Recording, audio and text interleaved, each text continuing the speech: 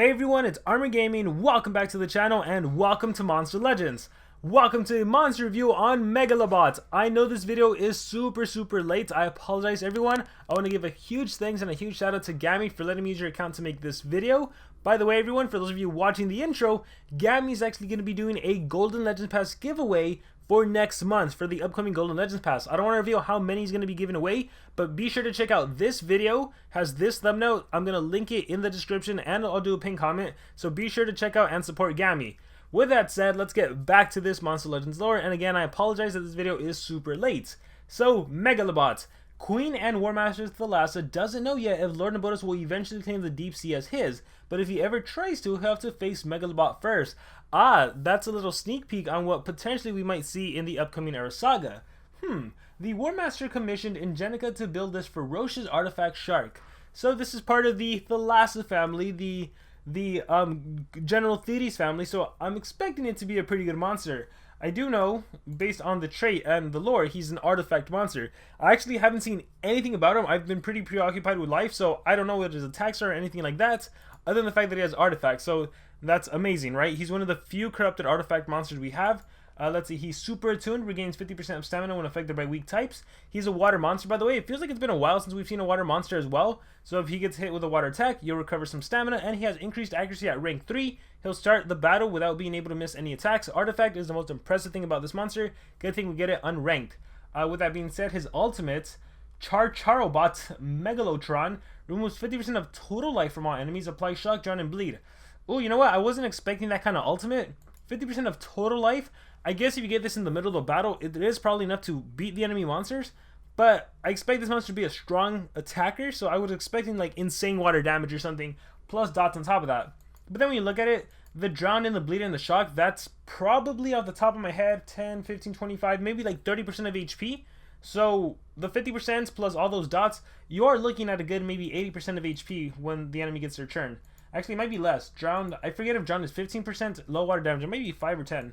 But anyhow, let's not focus on the ult. Let's talk stats. This monster boasts an impressive power stat.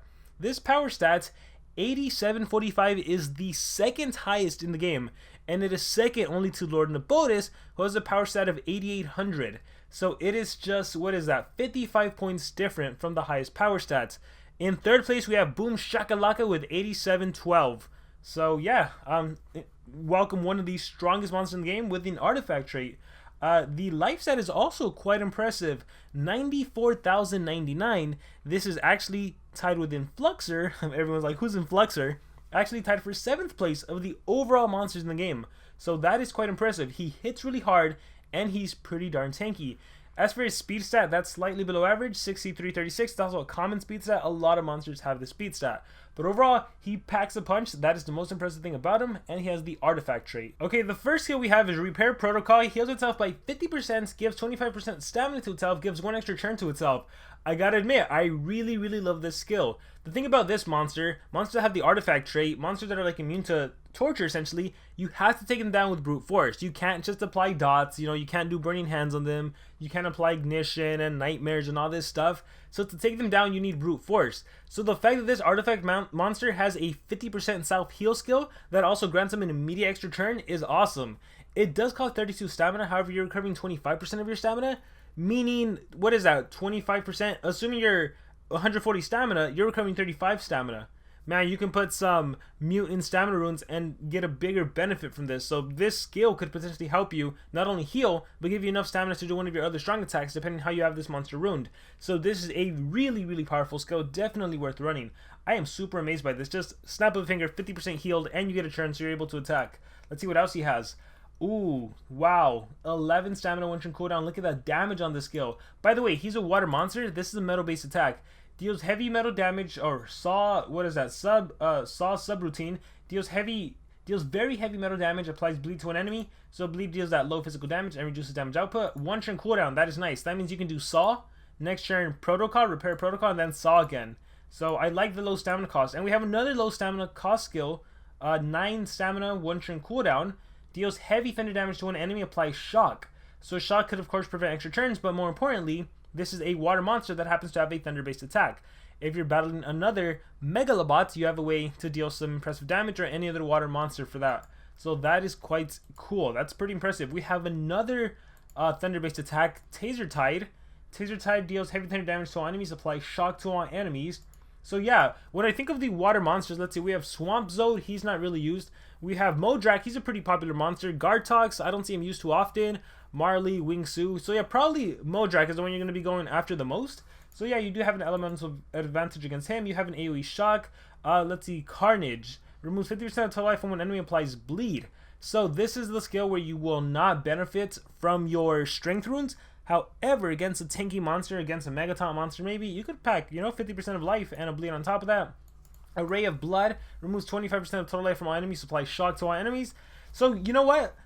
For those of you that have this monster, so Gami has this monster at 144. For those of you that don't have this monster at a high level, maybe you have him level 100, you could maybe give him 3 speed or all team speed, have him go and just a Ray of Blood against a Megaton monster. Bam, 75% of HP done. Carnage, bam, 50% of HP done. If this monster is 3 speed and you're battling a Megaton monster, you can do a Ray of Blood. If you have Unrelenting Assault, I think this would work, because it's removed 30. If I'm not crazy, you guys can let me know in the comments below. I forget if you have to actually deal damage with the attack for it to trigger, but if you're able to do a Ray of Blood, UA kicks in, you get another turn, and then Carnage, you can kill Megaton monsters really fast that way, if it works. We have removes 25% of total life from one enemy. So yeah, for those of you that don't have a bunch of high level strength runes, you can't rank this guy up. He becomes a percentage dealer. Otherwise, you're gonna use him as a main attacker with strength runes, but he could also be percentage dealer with this, especially to kill Megaton monsters. He's one of those like Colonel Pip kind of guys that could kill Megaton monsters with percentage damage. Then we have Ripper Directive, which deals moderate metal damage to all enemies. So in terms of a skill set, I would say, let's see, I'm going to focus on the strength rune build, since Gami does have 2 level 10 strength runes on this guy. I would say, for sure, Protocol, amazing skill, must have. For sure, your strong, heavy metal attack. I would say Taser Jet is a good one as well. Actually, these two deal the same amount of damage. I think you could probably do without Taser Jet. 26 stamina to 9, 1 shrink cooldown to 2. You could do without Taser Jet and probably run both AoE skills. Now, the thing is that for relics and talents, Gami does not have Unrelenting Assaults, so we're just going to be using Burning Hands. The sword, utilize whatever you can utilize. Here we have Wingsu Sword and Obsidian Relic, and for Morg's for armor, give him whatever you can utilize. If you have anything that can recover stamina, that'd probably be a better way to go about it. So maybe Nabota's armor, that way if you take damage, like after being damaged by a skill, Warrior's life is below 50%. So Nabota's armor could trigger, give you stamina, and then you can do your protocol skill to heal. So I would say Nabota's armor, if you have it ranked up, Gami has Morg's armor, so we're going to go ahead and use that. Yeah, his biggest issue is if he gets stamina drained, which definitely happens when you battle Megaton monsters, you're going to have to recharge, right? So hopefully you have a teammate that can help you out with that. But here we have Megalobot. In terms of runes, we're going to give him 2 strength and a speed or a team speed. I'm going to run him with a Churn Transfer monster, who is a lower level, so I'm going to go team speed, so the way Gami has him built. And let's see how well this monster does. So Gami is in a lower league, Legendary 3, so some of these battles you might just see him obliterate, but this is a team I'm going to utilize right now. Let's see how far we can get. The best thing about recording on Gami's account is that I don't have to lose the battles. I can literally kill everyone. So the first opponents we see are a Shelly, it is a Lord Nabotis, and it is a Letalus. So I am going to actually do Greater Times Curse to get rid of MT. Bye bye Megatons. Death Design, that's fine. Alright, so here's, let's see. Look at that damage. Wow, it's nice. Well, what level are they? We should start with that. 134, 134, 134. Alright, not bad. So this is the one that does shock. Here is 40 damage and 45. So my Thunder-based attack is stronger at 45. This one applies bleed, and this is just the single. We're going to go with Taser Tide with Burning Hands. They will die. Boom. And then killing Shelly is going to be a piece of cake. So let's just see what happens. Deep Rebirth. Let me just Churn Transfer, Sequence Bend. And then just to show off, Repair Protocol. And then Saw. Boom. Burning Hands. And my sword deals the rest of the damage. There we go. He also has a really sick design. One of the better looking designs in my opinion. I actually thought he was a metal monster when I first saw him. But he is a water monster. Let's hope that we can encounter some Modrax or some competitive monsters out there. Let's see. We have Daedalus, Bloomeria, and Chucklemuckle. So I'm not going to Churn Transfer. I am going to Greater Times Curse, get rid of Megatons, and we'll most likely just AoE. Yeah, oh, look at that. Ooh, Elemental Advantage. against the light elements. So I have something to deal with light monsters. I have something to deal with water monsters. I think I can just do Taser Tide again, and Burning Hands does the rest. Wingsuit Sword. Alright, we will just recharge, turn transfer, and do... Oh, I got an alt. Let's slow this down. Alright. Charobot to Megalotron, which again is just 50% of total life and applies a ton of dots. Oh, in this case, the dots miss. Alright, but Daedalus is no more. Alright, so we're going to do a good amount of battles, just showcasing him. There are, since I am facing Megaton monsters, I think I will swap them to the percentage damage, just so I can showcase that. Here, this one's going to be pretty straightforward. I'm going to go ahead and actually just turn transfer. Sequence Bend. Fog, that's fine. I'm going to do... the funny thing is, I can do Protocol just to bait the Hardies to get rid of that evasion or that space time I think he had. Alright, that's gone, and then I can just attack. Boom! Everyone's shocked, and then Burning Hands burn. So, again, Burning Hands is a great talent you can use when you don't have Unrelenting Assault. It just adds additional damage, so it's awesome. Additional damage, DOT to the enemy. It's good. Alright, let's see. What do you guys have in store for me? Ooh, this one... Yeah, it just might take a little longer than I'd like. But we're going to go Greater Times Curse. I guess we'll just do Saw. Boom. We will recharge. We will do Sequence Bend onto myself. We'll recharge. Alright, he's going to lose evasion right now. Strongest Sword. I wonder, maybe I don't need to run Bomb Beta right now. Let's go Taser. Taser Tide. Yeah, maybe I don't. Greater Times Curse. Don't need to run Bomb Beta, and we can just showcase his artifact trait in effect, where he's not getting denied. I'm worried about CDA since I don't have an answer for CDA, but I think we'll be fine for the beginning battles. Alright, so let's try that. Let's get rid of Bomb Beta. Let's see what else Gami has in his arsenal. Moonming do. Armor Claw. Maybe Team Speed do. Tabora. What do we have on defense? I'm thinking, what if we do... Maybe Moonming, just because Moonming was the only Team Speed holder. So maybe we can have some fun with Moonming. Let's do a life and Tiny's Amulet just to give you something. Skill set, okay, I think that's fine. I just want to battle people that can try to deny me apply dots, and to show you that it doesn't matter against me. Elvira's, lots of Elvira's. Alright, we'll do Greater Times Curse. Boom. And then, alright, he attacked me. Tiny's Amulets. Alright, Kane's Sword, Morg's Armor. We will do, let's see, Saw. What level is this? Oh, it's a 142. Cool, so that's a good battle. We will do the Bleed skill. Boom, Burning Hands. Okay, we will do, let's see, gives evasion, 1 extra turn to itself. Let's do this. Let's let him attack me. Fly High. Okay. Deals moderate special damage, immune to no, immune to freeze and burn, immune to stun and daze. What do I need? Calm Mind, I guess. Let's see, let's attack you. Tiny's Amulet. We're going to do, let's see, oh, I'm actually worried. Let's not do anything. Recharge. Alright, Evil Cut. Alright, so I'm still in the game. Let's showcase my healing potential. So, Repair Protocol. Get 50% heal. I get some stamina. Oh, wow, that's cool. So, oh, I see why SP did that now. I didn't even catch that when I was going over the skills. Even more reason that skill is better. So the Super Attune trait works amazingly with the Repair Protocol, because not only do you recover stamina with the skill itself, because it's a water-based attack, you're technically attacking yourself, you actually get a 50% stamina boost, which is going to allow you to use your other attacks.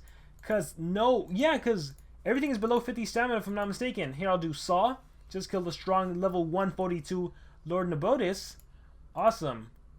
Oh no, and then this might take a while. What level are you? I should have played that better. Alright, we're going to exit out because that'll take too long. Okay, how cool is that?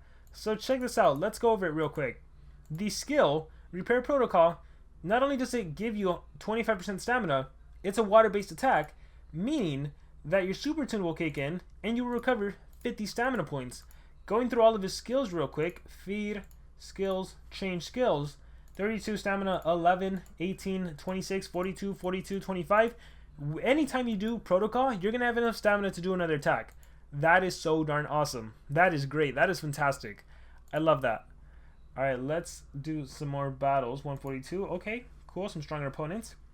Let's get straight into a turn transfer. Let's do Let's do Taser Tide. Actually, I should have done the metal attack. Alright, we got dots on you. Saw. Boom. Again, I want to take some damage. We'll do Escapist Key. And we will... Let's see. I don't think you can do anything to me. I don't want to get blinded. I guess we'll just do this. Doesn't matter. Boom. Whatever. Boom. Alright, let's see. Attacked me. Mortgage Armor. Again, I'm quite tanky. If I was worried, I would do Repair. And then you see that Stamina. 69 and 50. That is awesome. And you can do Saw literally every other turn. Saw, take out the Strong Heist. Relics kick in. Yeah, Taser Tide. Boom. Elemental Advantage. There's, who are you? You're from Hair Tops. What was that? Oh, he had Vulnerable. I'm like, why was that Elemental Advantage? Greater Times Curse. Get rid of that. Recharge and Saw. Boom. By the way, for swords, you could also give him a cane sword, right? Oh, shoot. You could also... Can I win this? Let's see. Escapist Key. Calm Mind. And yes, we did it. We did it with the Moonwing. You could also give him a cane sword in case you're worried and you want some extra healing. That's also a viable option as well. Alright, let me see if I can get away with the percentage attacks. So if you were to run percentage attacks, again, you ideally wouldn't really benefit much from... You wouldn't benefit at all from the strength runes. But let's showcase that. So we'll do Carnage. We'll do the Array of Blood. And then since I still have strength, I'll do Saw. But normally you'd give him team speed and you'd just turn transfer into him. So we'll put Bombeta back in. And let's hope we find some Megaton basis, which I'm pretty sure I will. If not, I'll just rely on Saw to beat enemies. Okay, there's one right there. Perfect. So check this out. Sequence Bend. So again, you'd run them like 3 speed or 2 speed and a life like 2 speed and a team speed. Different ways to go about it. You would do a Ray of Blood, 25% of total life. So bam, doesn't matter. The cool thing about that is it does not matter what your strength runes are. It does not matter what level you are. 25% times 3 against Megaton. That's 75% regardless of anything. It's pretty awesome. On your next turn, you do the 50% and they're dead. Bam, gone. So you can use them just as percentage damage. It's pretty cool. Alright, lost my Megaton. That's fine. Here, let's turn you into a baby. Come back to an adult. And then I will do Repair Protocol. Oh, the only thing you got to be careful of is the cooldown. Look at that. They had a high cooldown. Wow. Good thing I have my single so I can still use it. Boom. Alright. Here, let's activate your cooldowns. Can I turn, transfer, recharge? Array of Blood. When it's only 1, it's just 25, so it's no good. But to kill the Megaton monster, it is good. We'll turn, transfer, we'll recharge. I was hoping he attacked me. I'm gonna... Yeah, I don't think he's gonna attack me anymore, so we'll just do this one, 50%. Great, you also get some dots in there. Your relics still kick in, so there we go. That's him as a percentage dealer. We'll do another battle, but it's pretty straightforward and intuitive. And again, it doesn't matter that you don't have strength or if you're level 100. 75% is 75% regardless of your level, regardless of your power stat. Okay, so I am gonna churn transfer, and once again, the only thing I think you'd have to worry about, you guys can correct me in the comments below if I'm wrong, if you do Carnage against a... Well, we'll find out right now. Is this cut in half? It should be 75%. Is it gonna be less? It looks like... No, it's not. So it doesn't matter. There's no disadvantage. I was going to say you might have to watch out for Hammergroms and Cryo Crawlers, but nope. 75% is 75%. 50% is 50% regardless of the element of the enemy monster. So that's definitely super useful. Look at that. We took down the Megaton monster and it wouldn't have mattered my level. I know I'm 144, but my level would not have mattered. Alright, with that being said, Age Overseer. And then I think we'll Saw you. Boom. And then here, let's let him attack me. Not you. Let's attack my other monster. Alright, I think he can hopefully AoE. Fire Meteor, boom. Alright. Let's see if he survives. Alright, well, if anything, I get to... Well, let me just do Repair Protocol, back to full HP. And we can end with my ultimate again. Megalotron. Which, again, is 50% of life plus dots. So we have the Drown, we have the Shock, and we have the Bleed. And I think with that being said, I was planning to do more battles, but he's a pretty straightforward monster. So... that is it for my monster review on Megalobot. Let me know what you guys think about this monster in the comments below. Once again, a huge shout out to Gami for letting me use your account to make this video. It's always fun being able to use a monster and actually win the battles. That's great. Be sure to check out Gami's giveaway, link in the description, and it'll be the pinned comment. Thank you guys very much, and remember to subscribe.